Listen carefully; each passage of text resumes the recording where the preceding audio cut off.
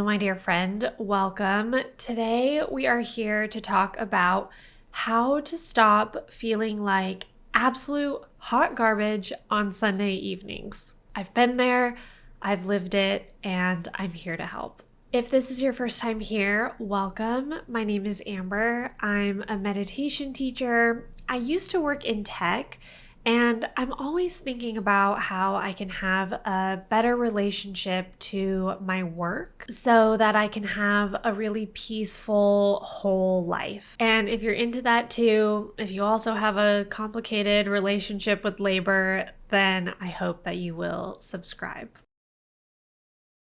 So, I think a big part of having the Sunday Scaries, and if you've never heard that particular term, I'm talking about that feeling of dread and anxiety that starts creeping around on Sunday evenings when you start to feel like the weekend is coming to an end and you start anticipating what's going to come up on Monday. Maybe you start thinking about the work and the stress that comes with the work week. And your work week might not necessarily start on Monday, but you get the idea.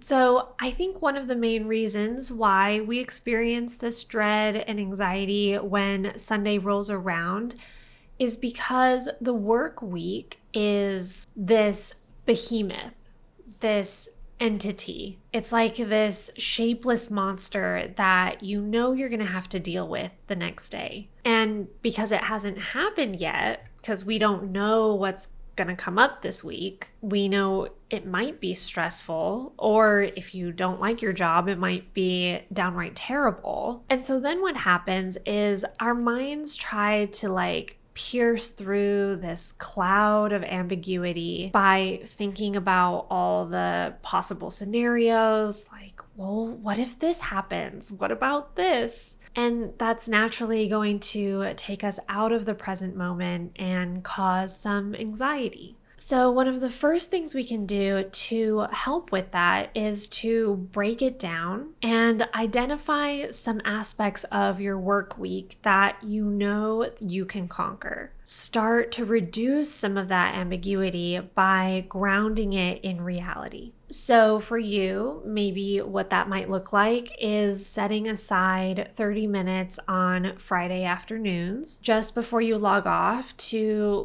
make a list of your top priorities for the next week. Take a look at your calendar and just kind of see what's coming up for you. And then the important thing is to set it aside once you're done. When you log off, really log off, but knowing that when you come back on Monday, you have some idea of what you're going to find.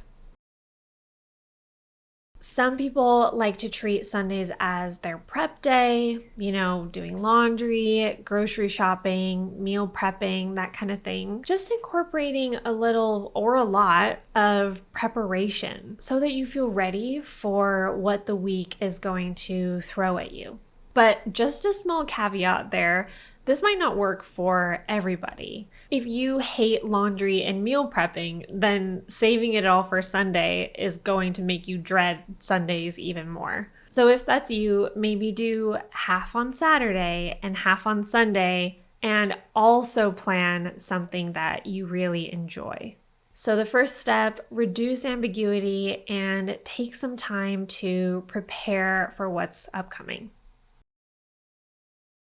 So the next thing that I think contributes to the Sunday Scaries is that we save all of our fun for the weekend. And when Monday comes, it feels like we have to put fun away or turn off our humanity in some way. So if you can, finding a way to weave the things you like to do in Monday through Friday. Setting aside a Tuesday evening to do the things that light you up, right? The things that make you feel inspired and like a whole person rather than a productivity machine. So maybe Monday is the day you play pickleball or tennis after work. Or maybe that's the day you set aside to read something amazing for your book club or meet up with a friend for a quick lunch.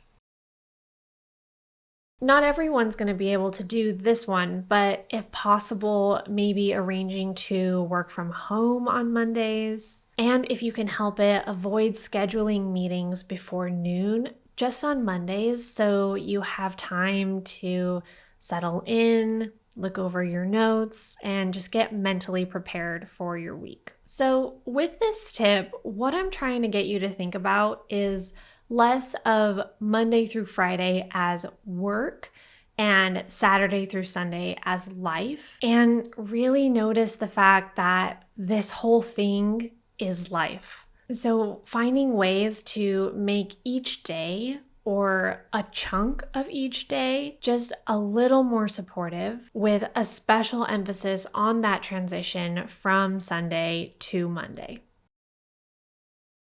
And the third thing I want to say is that once you've done both of those things, done the preparation you need to do, and thought about what you might do to make your work week more enjoyable, then the only thing left to do really is to have the Sunday that you're having, which I know is easier said than done. I just really want to normalize that even if you've done everything that you could possibly do to prepare and to make your work week feel nice, that might feel like, peace. Or it's very possible that you might still feel anxious, and that's okay. We can acknowledge that our minds like to go there. They like to imagine what's going to happen in the future. And with that awareness, we can bring our attention back to the present moment, back to the thing that's happening right now. Like my friends, my family, my dog, the things I like to do, even just the feeling of the sunshine on my skin. And I just think it's so important to practice training my attention on the present, because if I'm mentally not here and I'm off worried about what might happen in the future, then I lose touch with some of the joy and the richness that's happening around me right now. And I love talking about the Sunday Scaries because, one, I know how awful they can be and how they can really rob us of enjoying what limited personal time it feels like we have. And two, I think it's a microcosm for our whole lives, right? Learning to be present on Sunday evenings helps us develop the skill to be present to the season of life that we're in and to cultivate a deep sense of contentment.